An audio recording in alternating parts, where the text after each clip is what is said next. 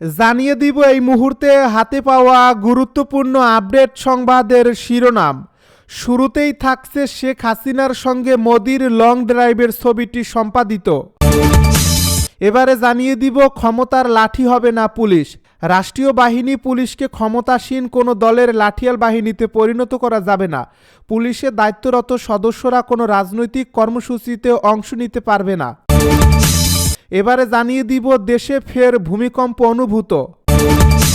আরও জানাবো জালকাঠিতে ব্যবসায়ীকে প্রকাশ্যে কুপিয়ে হত্যা। সব শেষে জানিয়ে দিব শ্রমিক লীগ নেতাকে ধরে পুলিশে দিলেন বিএনপি নেতারা। শুনছিলেন হাতে পাওয়া আপডেট সংবাদের শিরোনাম, এবারে বিস্তারিত। তবে তার আগে অনুরোধ রইল ভিডিওটিতে একটি লাইক দিন এবং কমেন্ট করে জানিয়ে দিন ভিডিও সম্পর্কে আপনার মূল্যবান মতামত। আরও জানিয়ে দিন ভিডিওটি কোথা থেকে দেখছেন বা কোন জেলা থেকে দেখছেন। শেখ হাসিনার সঙ্গে মোদির লং ড্রাইভের ছবিটি সম্পাদিত। সম্প্রতি সামাজিক যোগাযোগ মাধ্যম ফেসবুকে ভারতের প্রধানমন্ত্রী নরেন্দ্র মোদী ও বাংলাদেশের সাবেক প্রধানমন্ত্রী শেখ হাসিনার একটি ছবি ভাইরাল হয়েছে। ছবির ক্যাপশনে দাবি করা হয়েছে শেখ হাসিনাকে নিয়ে লং ড্রাইভে গিয়েছেন ভারতের প্রধানমন্ত্রী নরেন্দ্র মোদী।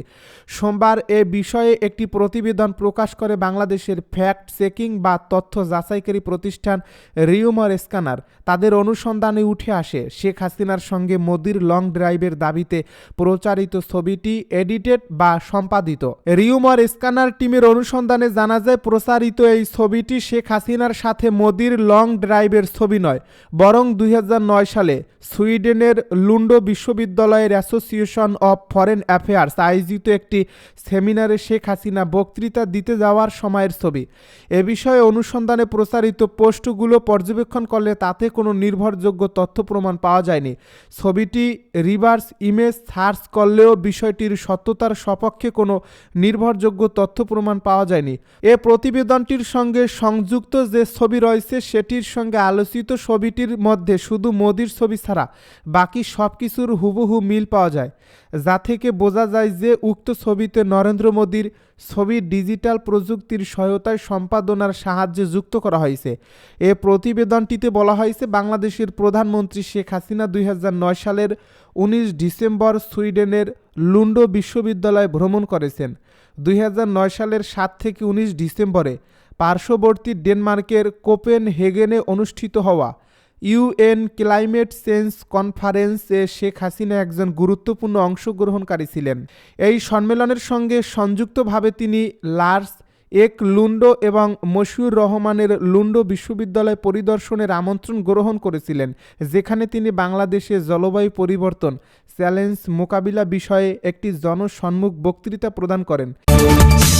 ক্ষমতার লাঠি হবে না পুলিশ। রাষ্ট্রীয় বাহিনী পুলিশকে ক্ষমতাসীন কোনো দলের লাঠিয়াল বাহিনীতে পরিণত করা যাবে না।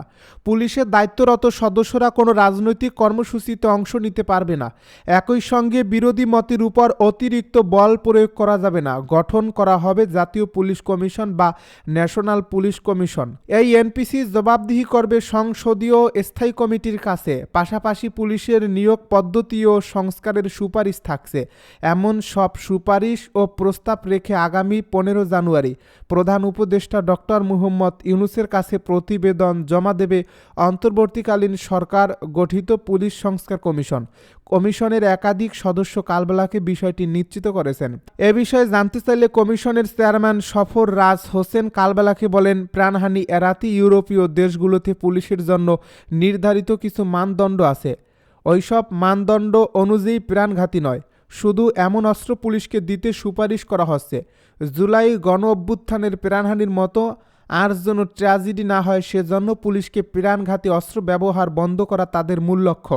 পুলিশ সংস্কার কমিশনের এক সদস্য আলাপকালে কালবেলাকে বলেন, আইন প্রয়োগকারী সংস্থাগুলোর উপর রাজনৈতিক প্রভাব একটি বড় সমস্যা। যে রাজনৈতিক দল যখন ক্ষমতায় আসে তখন পুলিশ সহ সব রাষ্ট্রীয় প্রতিষ্ঠানের উপর তাদের নিয়ন্ত্রণ প্রতিষ্ঠা করার প্রবণতা দেখা যায়। বিষয়টি বেশ জটিল। এখানে শুধু পুলিশকে আলাদাভাবে দেখা যায় না, পুরো বিষয়ে প্রতিবেদন থাকবে। উল্লেখ করে ওই সদস্য বলেন, সরকারি কর্মচারীদের জন্য কিছু আচরণ বিধিমালা আছে, সেগুলো তাদের মেনে চলতে হবে। পদায়ন পদোন্নতিরও কিছু বিধিমালা আছে, সেগুলো পলায়ন করা জরুরি। সরকার একটি স্বাধীন জাতীয় পুলিশ কমিশন গঠন করবে। তারা সংসদীয় স্থায়ী কমিটির কাছে জবাবদিহি করবে। প্রয়োজনে কমিশনে উত্থাপিত বিষয়ে তারা হিয়ারিং কল করবে। পুলিশ সদস্যদের পেশাগত কাজের জবাবদিহি নিশ্চিত করতে হবে। দেশে ফের ভূমিকম্প অনুভূত। কয়েকদিনের ব্যবধানে ফের ভূমিকম্পে কেঁপে উঠল বাংলাদেশ। তবে ভূমিকম্পটি কত মাত্রার প্রাথমিকভাবে সেটি এখনও জানা যায়নি এবং ক্ষয়ক্ষতির খবরও পাওয়া যায়নি। মঙ্গলবার সকাল 7:05 রাজধানী ঢাকাসহ সারা দেশে এ ভূমিকম্প অনুভূত হয়। বাংলাদেশ ছাড়াও নেপাল, ভারত, ভুটান এবং চীনে এ ভূমিকম্পটি অনুভূত হয়েছে। মার্কিন ভূতাত্ত্বিক সংস্থা ও ভলকানো ডিসকভারি জানিয়েছে ভূমিকম্পটির উৎপত্তিস্থল চীনের জিজাং স্বায়ত্তশাসিত অঞ্চলে। রিক্টার স্কেলে এর মাত্রা ছিল 7.1। ভূপৃষ্ঠ থেকে এর গভীরতা ছিল 10 কিলোমিটার। এর আগে গত 3 জানুয়ারি রাজধানী ঢাকা ও সিলেট সহ দেশের বিভিন্ন স্থানে ভূমিকম্পন অনুভূত হয়েছে। রিক্টার স্কেলের মাত্রা ছিল 5। উৎপত্তিস্থল বাংলাদেশের পার্শ্ববর্তী মিয়ানমার বলে আবহাওয়া অধিদপ্তর সূত্রে জানা গেছে। জালকাঠিতে ব্যবসায়ীকে কুপিয়ে হত্যা। জালকাঠির সদর উপজেলার সুদেব হালদার নামে এক মোবাইল ব্যবসায়ীকে কুপিয়ে হত্যা করেছে দুর্বৃত্তরা। সোমবার দিবাগত রাতে উপজেলার নবগ্রাম ইউনিয়নের রামপুর জোড়াপোল এলাকায় এ ঘটনা ঘটে। নিহত ওই ব্যবসায়ী সুদেব হালদার বেতার গ্রামের সুব্রত হালদারের ছেলে। স্থানীয় বাউকাঠি বাজারের একটি মোবাইলের দোকান চালাতেন তিনি। স্বজনরা জানান, বাউকাঠি বাজারে সুদেবের একটি মোবাইলের দোকান আছে। গতকাল রাত 12টার দিকে তিনি দোকান বন্ধ করে বাড়ির পথে রওনা হলে দুর্বৃত্তরা তাকে এলোপাতাড়ি কুপিয়ে হত্যা করে। সকালে স্থানীয় লোকজন মরদেহ দেখতে পেয়ে থানা পুলিশকে খবর দেয়। খবর পেয়ে পুলিশ ঘটনাস্থল থেকে লাশ উদ্ধার করে। জালকাঠি সদর থানার ওসি মনিরুজ্জামান কালবেলাকে বিষয়টি নিশ্চিত করে বলেন, মাথায় কোপের আঘাত দেখে ধারণা করা হচ্ছে এটি হত্যাকাণ্ড। সুরতহাল করার পর লাশ ময়না তদন্তের জন্য জালকাঠি সদর হাসপাতালে মর্গে পাঠানো হয়েছে। এ বিষয়ে আইনি ব্যবস্থা নেওয়া হবে। শ্রমিক লীগ নেতাকে ধরে পুলিশে দিলেন বিএনপি নেতারা। পাবনার ঈশ্বরদীতে পাকশী বিভাগীয় রেলওয়ে শ্রমিক লীগের সাধারণ সম্পাদক নজরুল ইসলামকে আটক করে পুলিশের সোপর্দ করেছেন পাকশীর বিএনপি নেতারা। সোমবার পাকশী রেলওয়ে বিভাগীয় কার্যালয় সংলগ্ন আমতলায় এ ঘটনা ঘটে। পাকশী ইউনিয়নের বিএনপি নেতা মনিরুজ্জামান টুটুল সর্দার বলেন, বিগত সময়ে শ্রমিক লীগ নেতা নজরুল বিভিন্ন সময়ে রেলের নিয়োগ বাণিজ্য সহ অনিয়ম দুর্নীতি করেছেন।